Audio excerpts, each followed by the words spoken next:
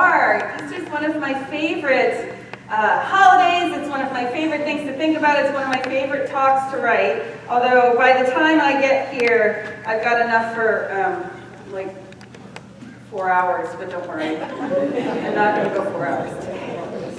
We are going to start, with, I found a couple little funnies, so I got a little funny for you. Hopefully you'll think it's funny.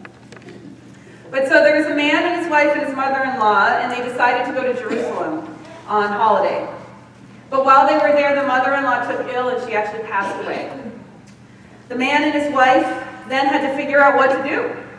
So they went to one of the local mortuaries in the area and had a conversation with one of the morticians, and the mortician explained to them, well, you could bury your mother-in-law here for $500, or you could send her back to the States for $5,000.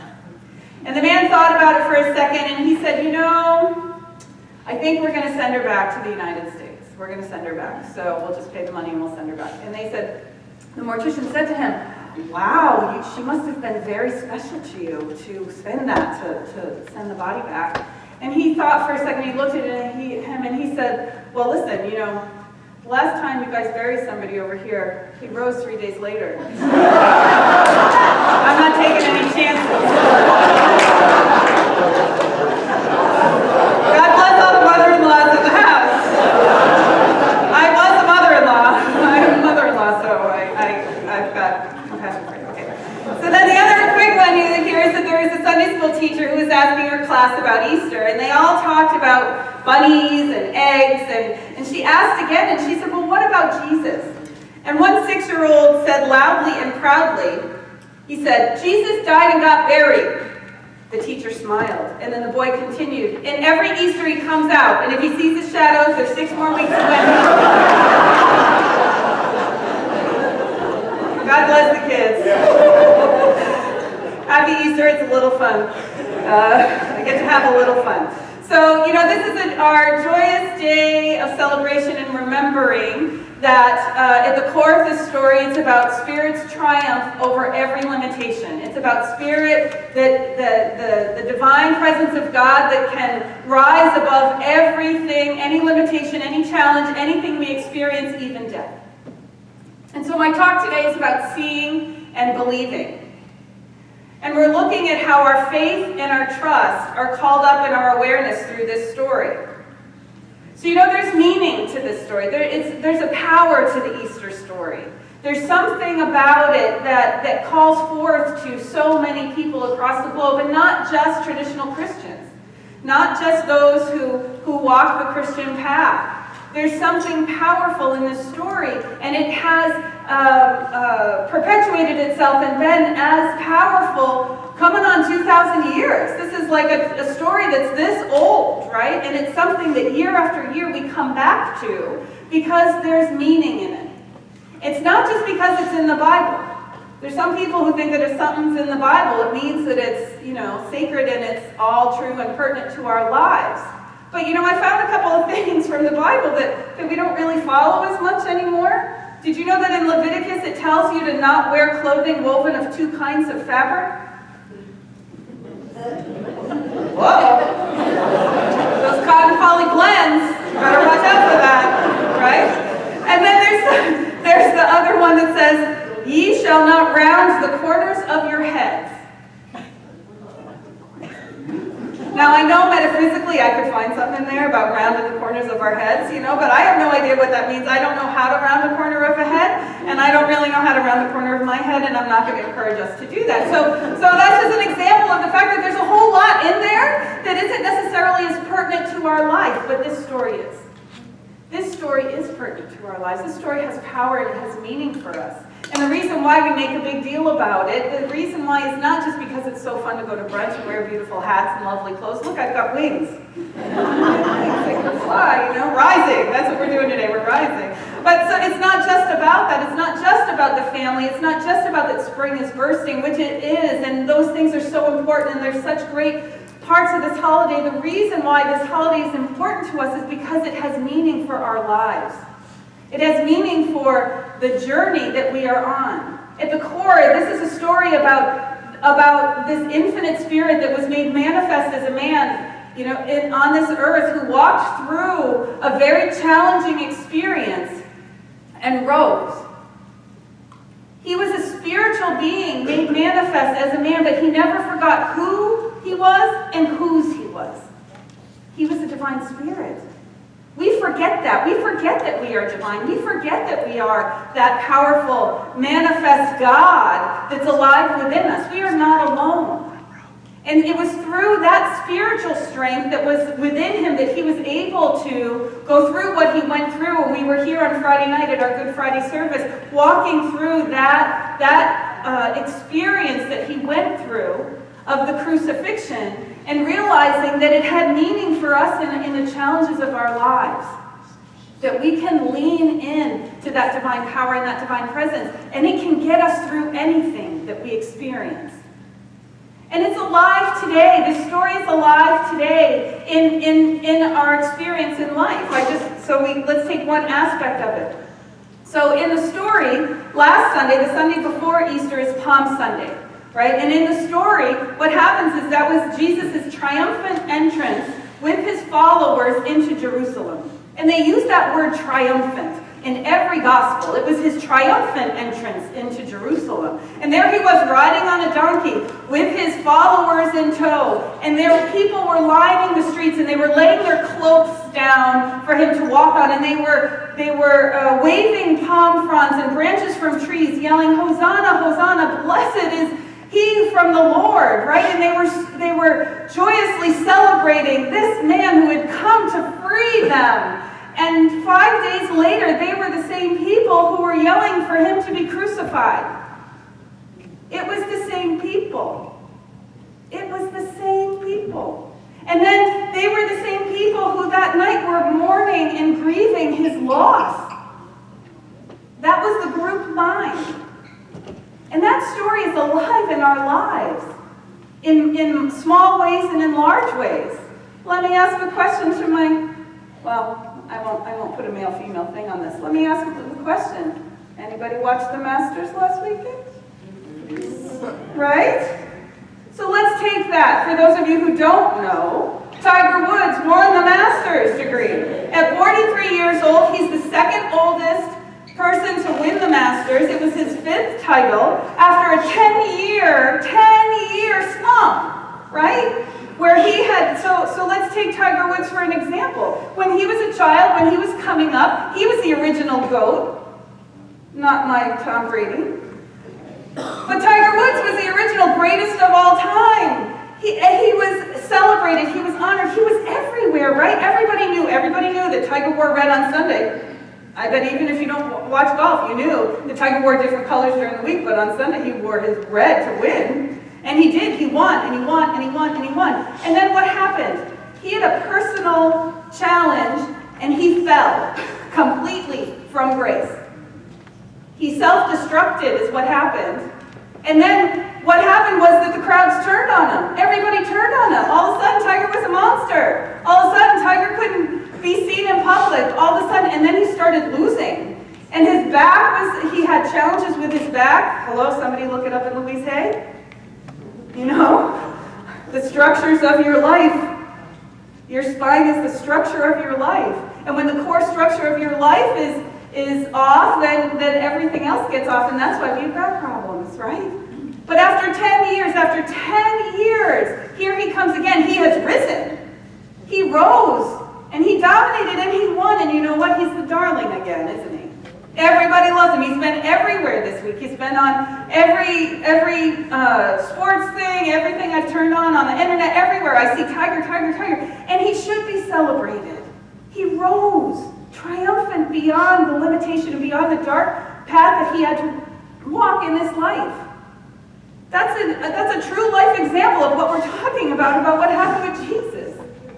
That he was that presence and that power that rose beyond whatever limitation. And the story reminds us that we triumph even over death. And so I do call this a story. I call it a story for a couple of reasons. One is I wasn't there. Okay, it happened 2,000 years ago, and I wasn't there. I don't think you were there either. I hope you weren't there. But this is the accounting of these stories were written down 30, 60, 90, 120 years after the events. That's when those Gospels were written. And so just think about it for a minute. For anybody who's over 35 in the room, okay? Think about telling a story from 30 years ago. Let's think about high school. You want to tell a story that happened in high school, right? How complete do you think you tell the story?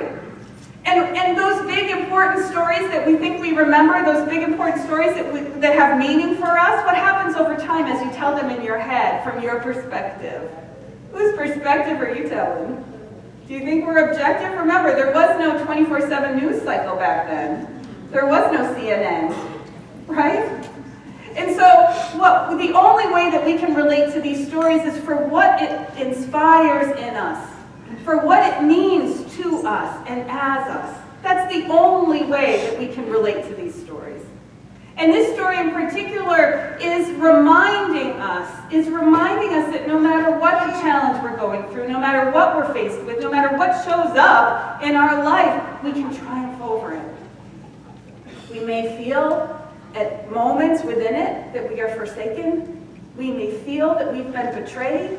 We may feel that we are left alone in the cave.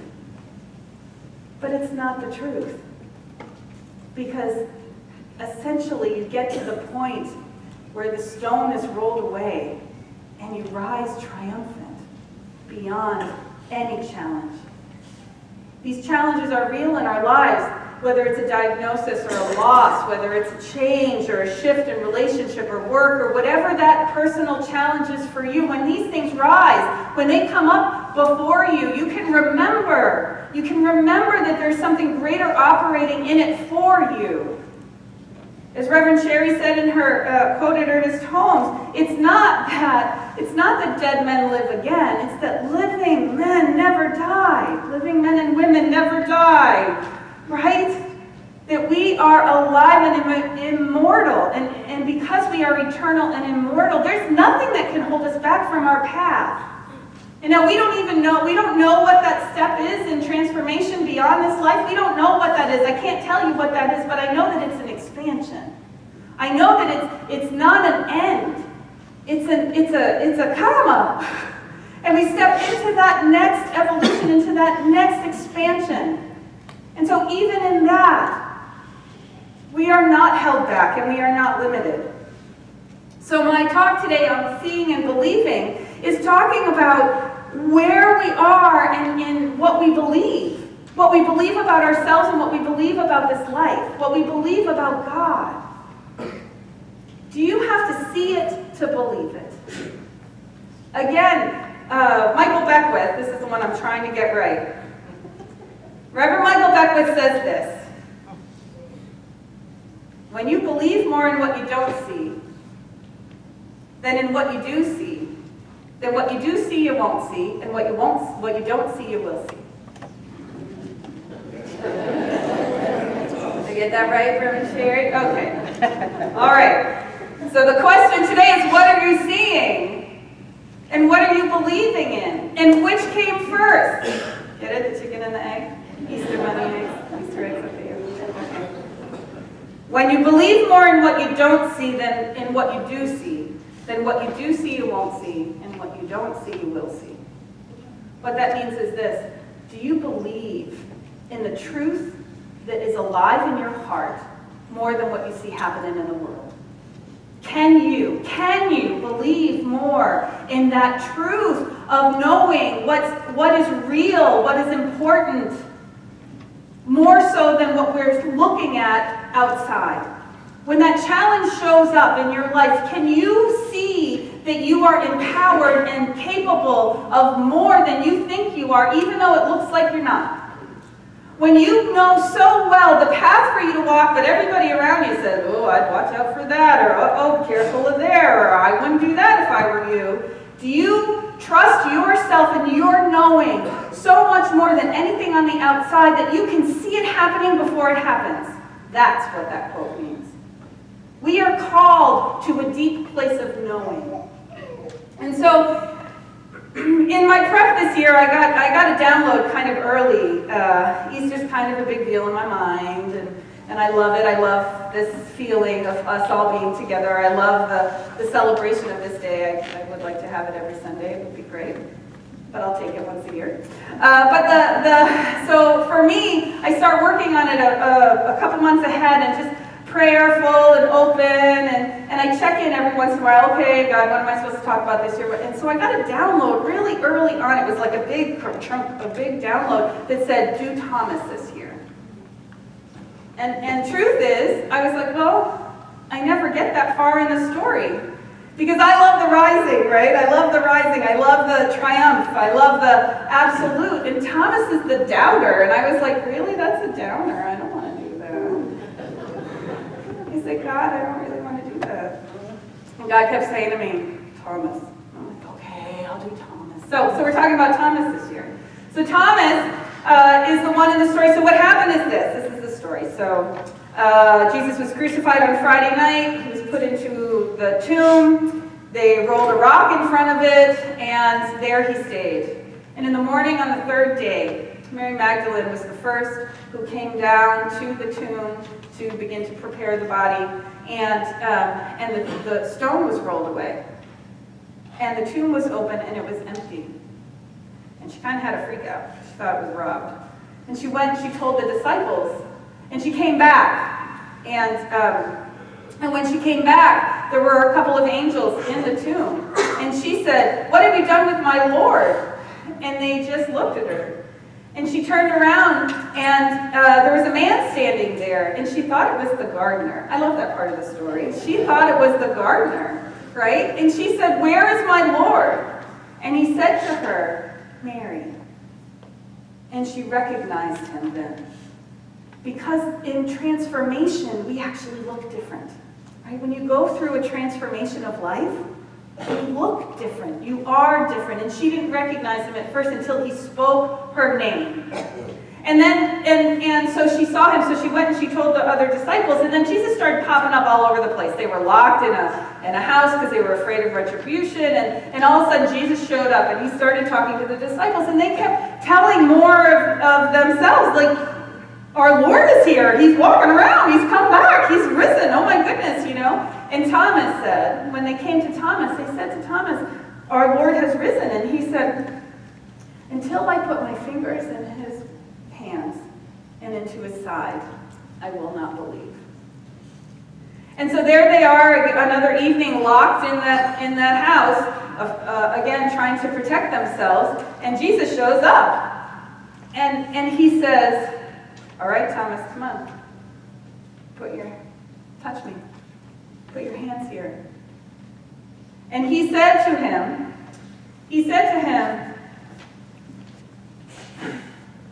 my Lord and my God, Thomas said to Jesus.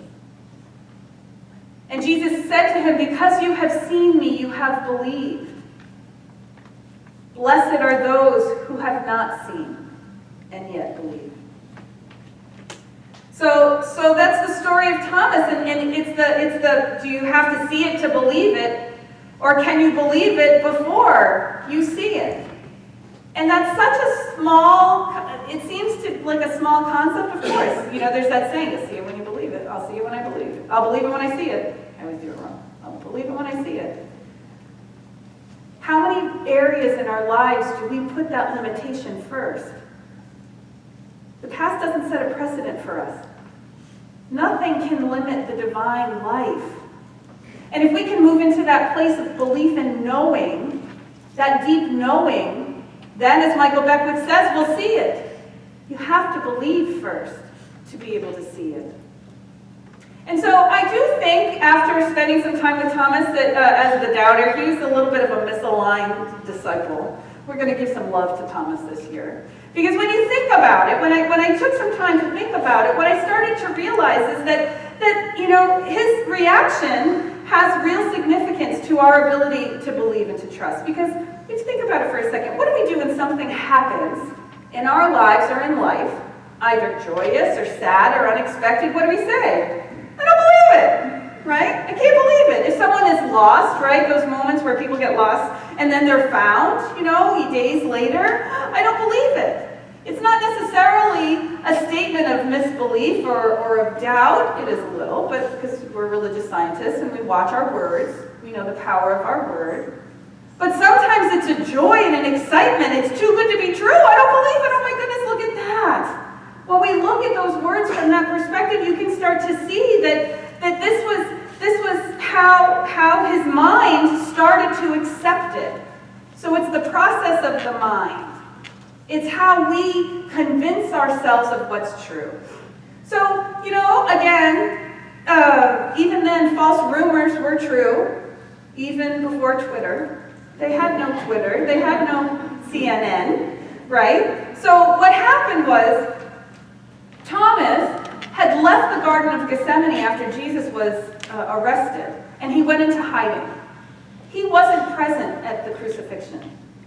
He had heard about it. And when he heard about it, he thought, well, that's it, our mission's done. If Jesus is dead, then we're done, right? And he was afraid of retribution, he was afraid for his life, and so he was in hiding. And so when they came to him and said, Jesus is alive, right? He thought first, when he first saw Jesus, he thought, well, maybe it's a false vision. Maybe I'm just seeing things. Maybe I just want to see him. Right? Maybe I just want so badly to see him. And then he thought, well, maybe the crucifixion didn't really happen because he wasn't there. And maybe he had escaped like they had previously. They had escaped being arrested and being, not crucified, but being persecuted before. So he said, well, maybe it just didn't happen, But it wasn't until he saw the wounds that he was able to say, this really happened. And so that's the psychological path of getting yourself to a place of belief. But as spiritual people, we know that you don't need to go through the psychological convincing because you have this thing called your knowing in your heart. And when we know something in our heart, we know it so well, we know it's so true that you don't have to see it to believe it. You can believe it, and then you see it. You call it into being from your heart space. And so this shows us how our minds work. And that shows us why we're called to develop that trust. Like Jesus said, blessed are those who believe, though they may not see. And that's why Michael Beckwith says, when you believe more in what you see than what you don't see than what you do see, then you won't see what you do see, and you will see what you won't see. See, I'm getting it. 4 more times and I'll get it. And as Ernest Holmes reminds us over and over and over again, the core teaching of Jesus was, it is done unto you as you believe. So if we take all of those in front of us, I was having a conversation with one of our foundation students this week, and this is the foundation of, this is the basic truth. In order to have more faith, you have to have faith. In order to trust, to have trust in your life, you have to step out on that limb and trust. In order to believe in something, guess what? You gotta believe. You can't talk yourself into it. You can't hope that something else is going to show up and that will change your mind.